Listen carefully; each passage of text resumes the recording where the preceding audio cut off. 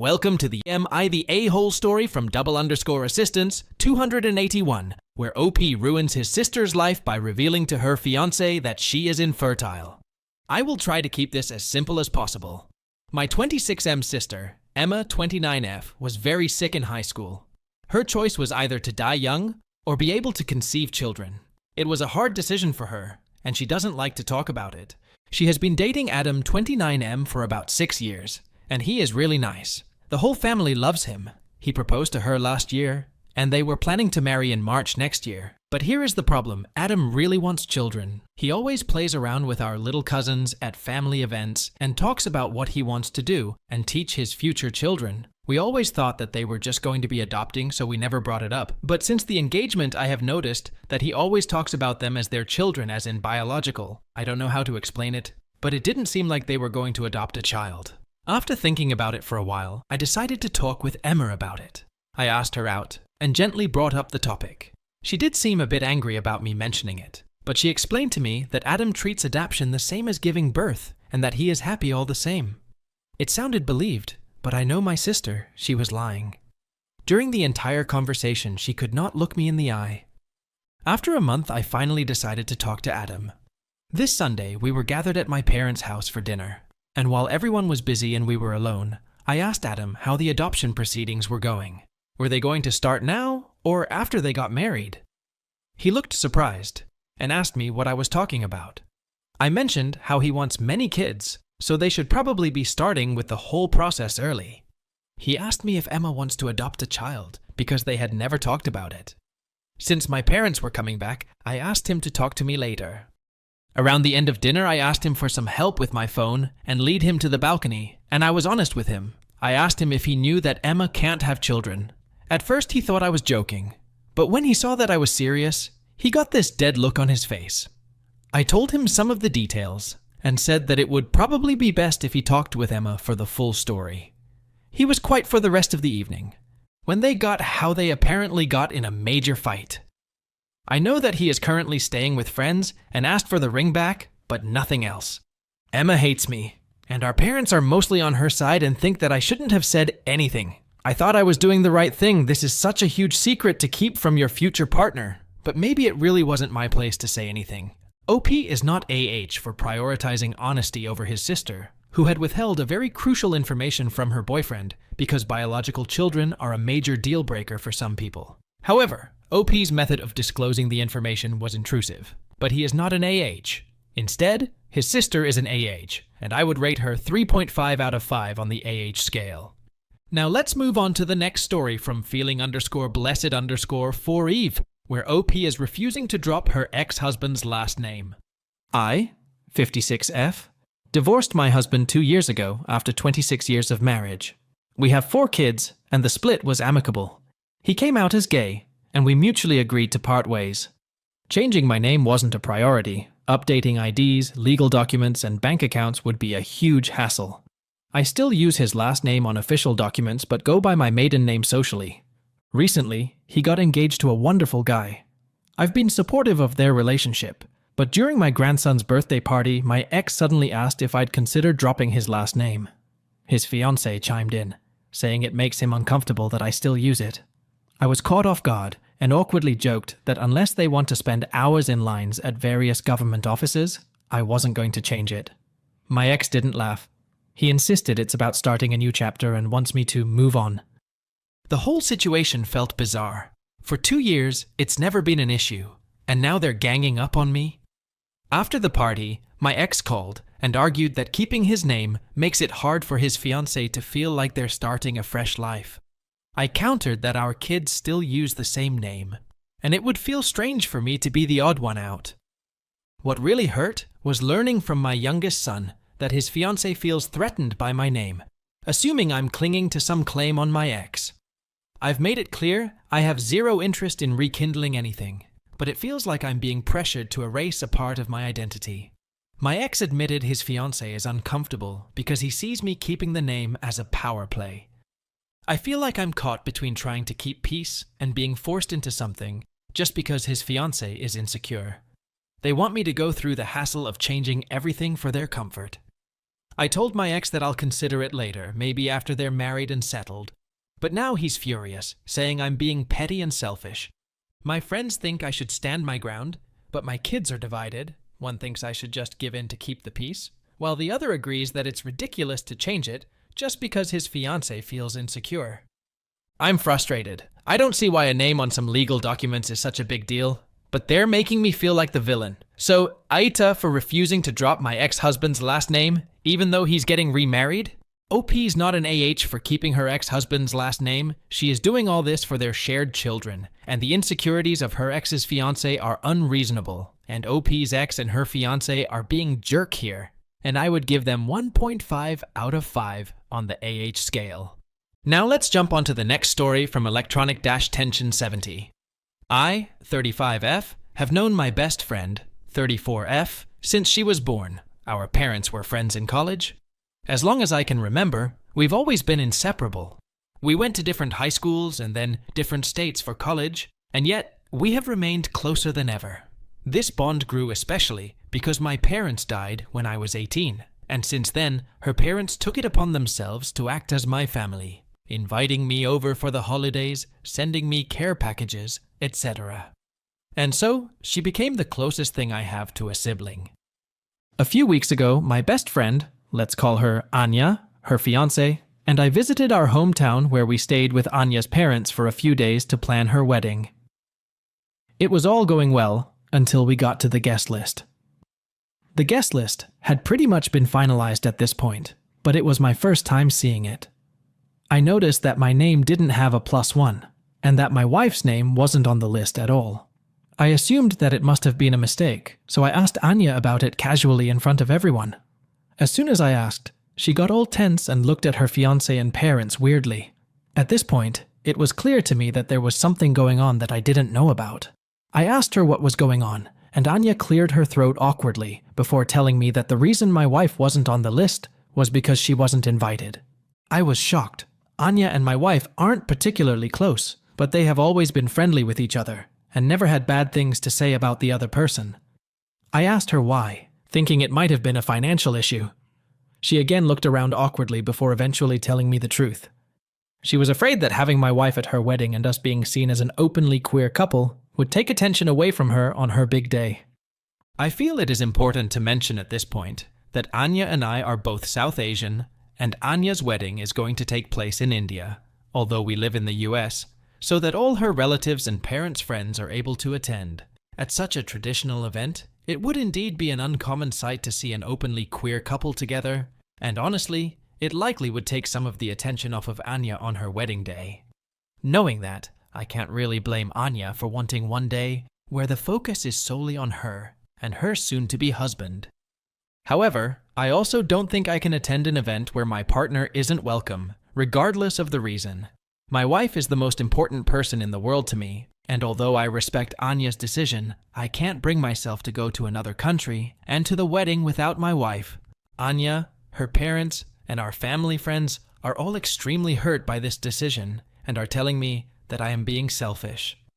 After everything that Anya and her family have done for me, I can understand why. But it still doesn't change my decision to not attend the wedding. Aita? OP is not the AH. While Anya has the right to curate her wedding, excluding OP's wife because of discomfort with their relationship is hurtful and dismissive. OP's decision reflects loyalty to her marriage, and it's unfair to expect her to attend an event where her partner isn't welcome. Anaya is being an AH here, so I would give her 1.5 out of 5 on the AH scale. As for OP, she gets 0 out of 5. Let's now jump onto the next story from Falcon Reasonable, 6868. I apologize in advance. English is not my first language. Some details will be kept vague to try avoid being recognized. This is not a throwaway account, and I'd like to keep it. Recently, I30F went to a double birthday celebration. Basically just two people's birthday rolled into one celebration. A close female relative, let's say Bonnie, was chatting with my dad. Not a closed discussion or anything. I tried to join in with how I didn't like power training when I did it. Not overly negative. I just didn't like what it did to my body. She replies, "You are talking about things you know nothing about. I embrace this part. I do it at least 5 days a week, so I know what I am talking about. I hadn't said anything about how it works technically, I just have bad body image, and didn't like it bulking me. She went on a whole tangent, sounded like shouting at me. So I started responding with, "And why is this such a big deal to you? I only said XYZ?" She responded with the exact same responses, and how I butted in a conversation I was not part of, knew nothing about. I felt extremely talked down on and dismissed. I tried to indicate it was too much for me, and to stop, but in the end I shouted at her to leave me alone. Had to do it a few times, and she just wouldn't. When she finally stopped, I directed my words at my partner, basically saying WTF, as I was extremely shocked and hurt, and could feel a meltdown coming. I tried to calm down using my headphones. I have autism. So I asked my partner if we could leave. We got our coats and went to leave while fought the tears. Tried to tell my dad about it and that I tried my best. He said was. So did she. He tends to call me too sensitive or cut me off. I hugged the people I felt able to hug. Bonnie's daughter gave me several hugs. She heard it all and felt extremely bad for me. We managed to leave, and out of sight, I started truly sobbing. I tried to put things down as best I could, but it was very difficult, and I felt very angry and disappointed through it. Some disclaimers. My dad is not perfect, but he is there for me, and I love him dearly. I just want advice and some feedback. I will not be able to process a lot of emails and will likely miss comments, but I will do my best. Thank you in advance. OP is certainly not an AH because she just prioritized her mental health in this difficult situation, and her choice is the best. So I would give her 0 out of 5 scores on the AH scale. Let's now jump on the next story from Mr_KJR. This is very graphic. If don't like reading about child abuse, I would avoid this post. I will be leaving out key details, so you hopefully can't find out anyone's identification. If you find my mother's information, please keep it to yourself. When I was 3, my dad was out of the picture due to being in the special forces. My mother was left alone to watch me and my brother. We were often neglected, left home alone, wasn't fed, and physically abused. I ended up having my arms broken, several ribs, as well as several fingers and toes. My brother didn't get off so lucky, and she ended up killing him right in front of me. She went to jail for a very short amount of time. During the time she was in jail, my dad came home from the military and continued the abuse. I think he was frustrated about the situation and took it out on me. As an adult, I finally understand what my dad went through, though I would never do the same to my kid if I was in the same situation. My mother would also beat my dad. She even ran him over with a car several times. My mother got out of prison after a very short sentence. I eventually learned more about the case and found out the court case didn't include the abuse to either of us, just the fact that she killed my brother and she pleaded insanity. I tried to forgive my mom regardless, meeting her maybe once or twice a month. When we met, all I would hear is that she wants grandchildren, even though the last kid she had, she beat to death brutally. When I took her out to Mother's Day at this nice restaurant, she would just talk about how she would get railed by countless guys while tied up. Keep in mind I was 17 at the time, and was super uncomfortable about the whole situation. All the people around us just stared, and I was so embarrassed. I just thought, how can a person act like this in public? After this, I stopped seeing her nearly as much, maybe 10 times, over the next 5 years. Time goes forward. I'm getting married. My mom comes into the picture and starts getting upset because several of my family members don't want her at the wedding. I told her she can come anyways. I think it's her right as I'm her son. It blows up, and she ends up getting extremely mad at people and blaming everything on me. At this point, I've given up. I gave her so many chances, and I just can't deal with her anymore. The thing is, everyone on her side of the family sides with her, and they are all just as vulgar and nasty as she is, so I decided to cut off the entire family. I've had people die, people I used to love, and I feel nothing. I didn't attend their funerals, and people on my mom's side see me as a monster worse than her. But I don't see them as family, nor do I think I should care about their life when they didn't care about my brothers. Now I'm finally having a kid at the age of 25. We haven't told her or plan on it. Still feel pretty guilty for not saying anything, but I feel like she doesn't deserve to be around me or my family. OP is not the AH for cutting off an abusive and toxic family, especially after enduring immense trauma and betrayal. It is completely reasonable, and protecting OP mental health and future child is the best choice. The guilt over estrangement is understandable, but it does not make OP an AH. So, I would give OP 0 out of 5 on the AH scale. Let's now move on to the next story from tall-ant-4477. My older sister, 34F, was born without the reproductive organs required to have a biological child. Because of her condition, she also has some other health problems, which disqualify her from adopting due to the uncertainty around her quality and length of life. She was aware for most of her life that she couldn't have biological children. That was discovered when she was still very young, but the rest came throughout her 20s. She had dreams of motherhood and had lists of baby names she wanted to use, but she will never be able to use them on children that are hers.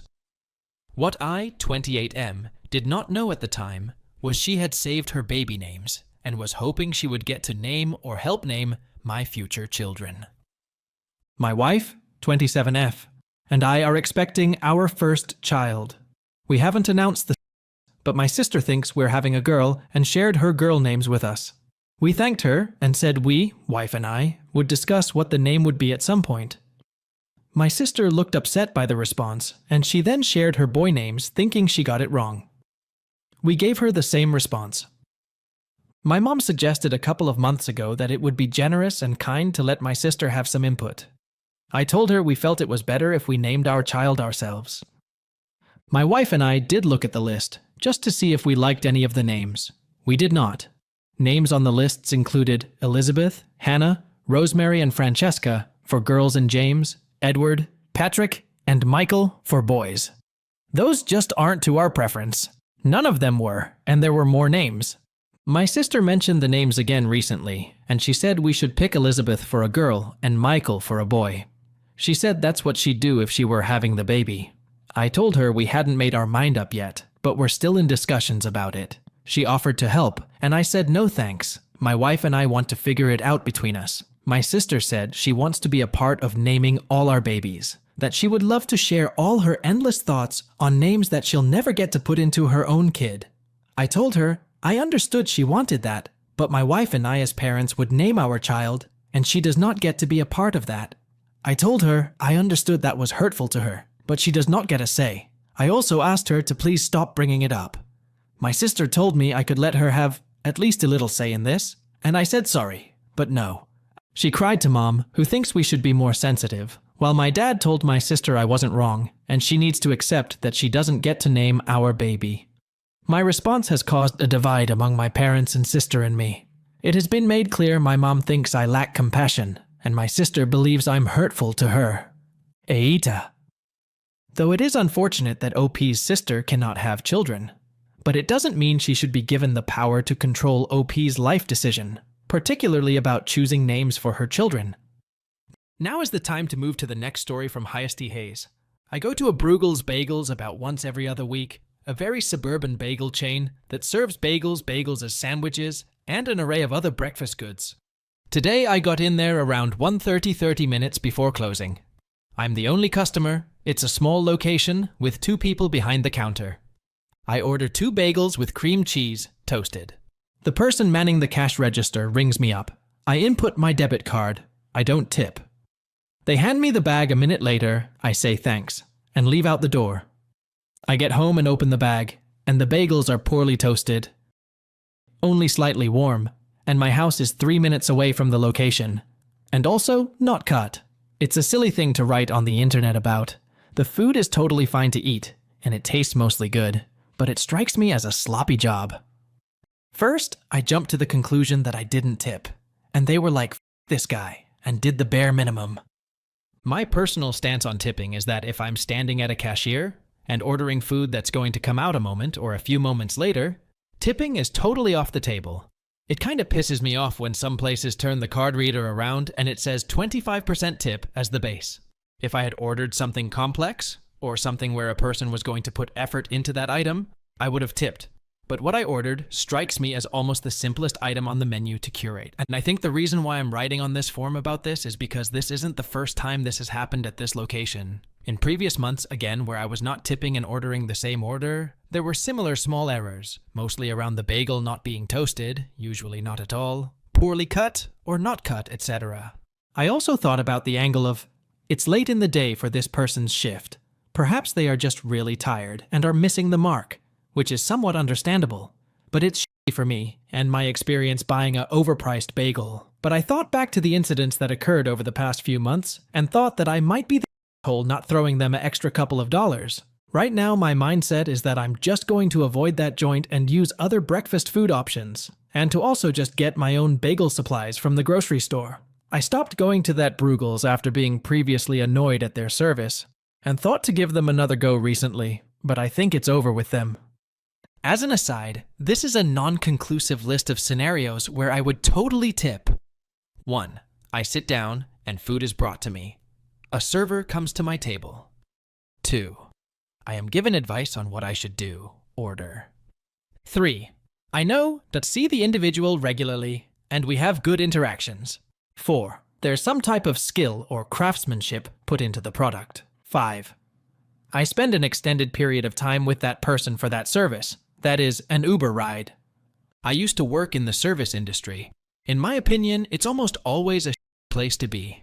I personally think that tipping shouldn't exist because it's mostly a tool for corporations and small businesses to pass on costs to the customer rather than provide people a stable working income. It's just bad for the working class in my opinion.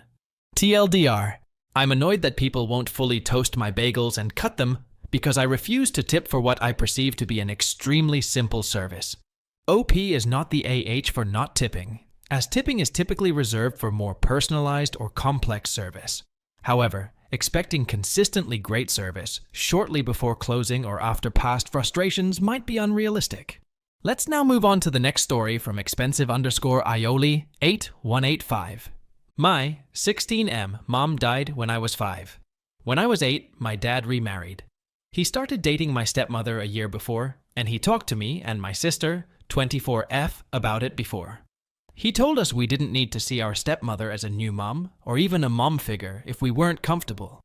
But if we could be respectful and give her a chance to be something. He told us if there was anything off, he wanted to hear that too. We gave our blessing while also saying we didn't want her to be new mom. And Dad said he supported that and would make it clear to her. They got married and things seemed okay. Dad never called her our mom or anything, and she didn't really. There were times she called us her kids, and she'd try to do some of the mom things like Mother's Day activities, or sometimes we'd have stuff a parent-kid sports day, and she'd want to go instead of Dad since most kids have their mom. But Dad would gently remind her that she wasn't mom. My sister and stepmother had a really rocky and rough relationship, and they don't speak much. My sister tolerated her for Dad after the wedding more than anything, but at first she was okay with her. She just hated that she didn't accept the no-mom role. We spent after school with our grandparents until Dad got home. He'd finish work before my stepmother. So she wasn't doing all the mom stuff. She did offer to quit her job to do it or to go to part-time or something, but Dad and her talked, and he asked if she'd be okay doing all that and not getting recognized equally. So she kept her job, but still tried to fill the mom role sometimes. My dad and her started trying for kids and they ended up going to fertility doctors and stuff. Even when that was happening, she still tried to fill that role for me. But I still don't want her to be mom. The problem now is she can't have bio kids. Nothing can help. Dad has been comforting her about it. But now she has decided that I could let her adopt me and we could work on changing our relationship. I said no when asked and told Dad. He decided they needed couples therapy.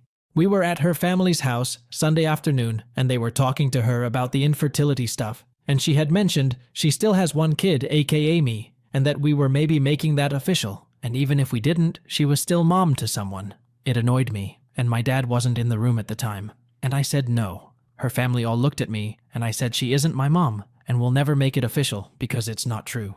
She started crying hard, and my dad heard, and came in, and he brought us home. They got into a big fight that night, and my dad told me I did nothing wrong, but she said I humiliated her in front of her family. Aita? OP is certainly not an AH. He clearly communicated his boundaries about not viewing his stepmother as a mom.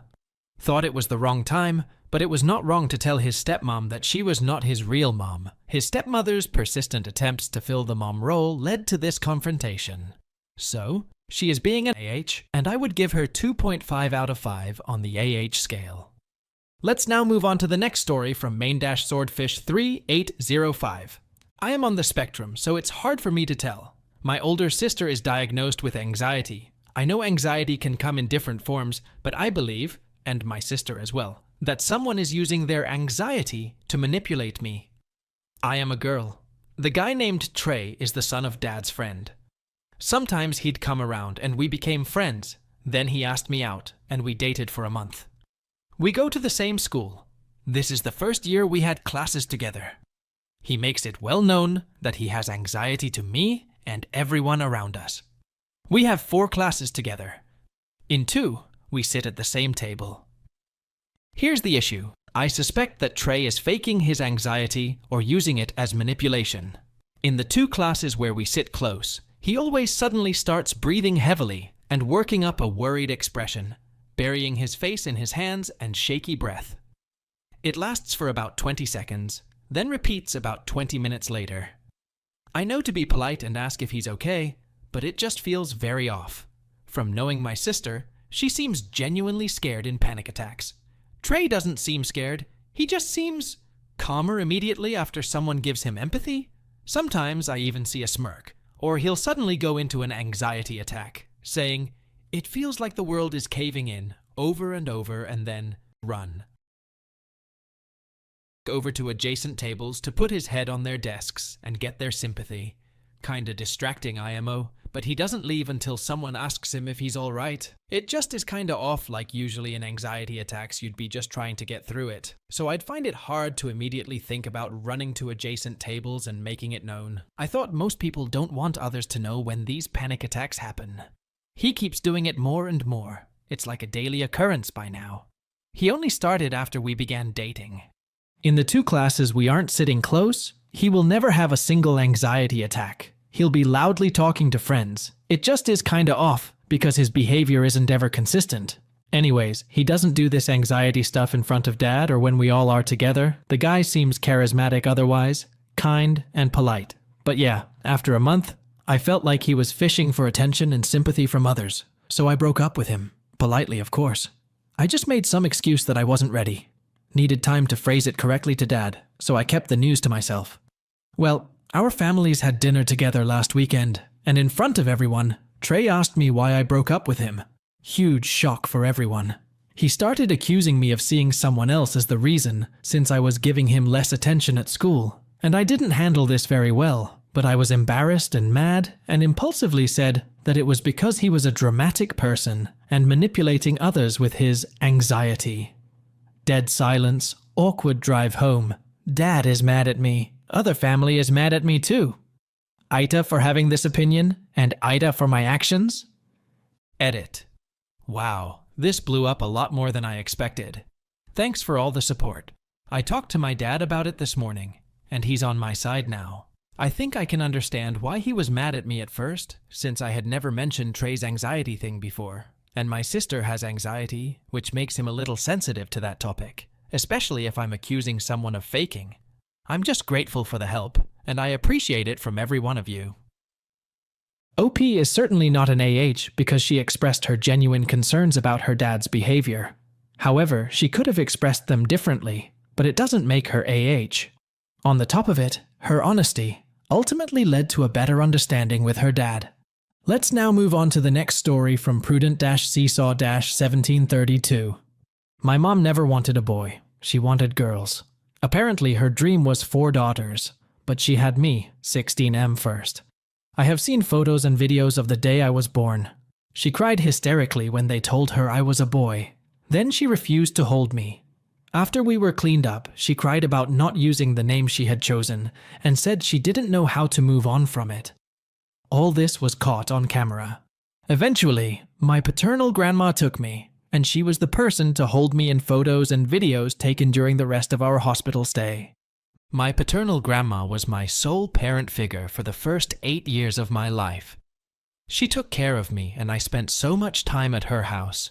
Sometimes I was there for weeks. Then she had a brain bleed and died, so I was left with a mom who wanted girls and not a boy, and a dad who wanted to be a provider, and nothing more.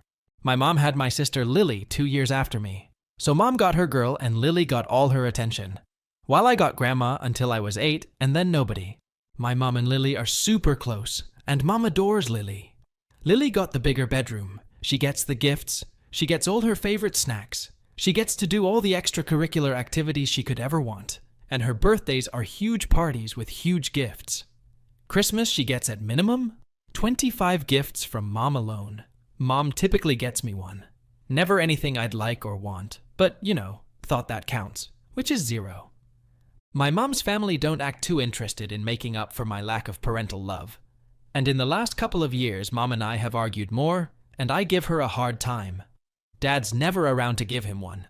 But Mom, if she wants to ignore me, then she can hear how shitty it is, and if she wants to treat my sister like a perfect angel, then she can hear about it.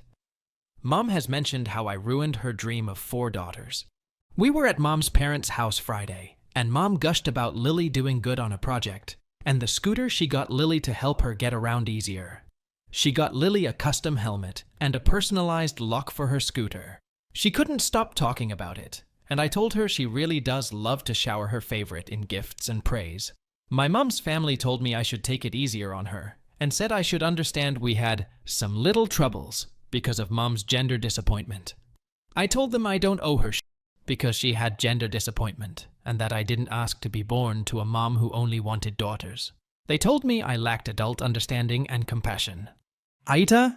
OP is not an AH for expressing his valid feelings about his mother's favoritism and the emotional neglect he has been experiencing. While his family may believe he should show compassion for his mother's feelings, it's unfair for them to dismiss his pain.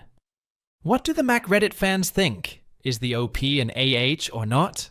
Let me know in the comment section below.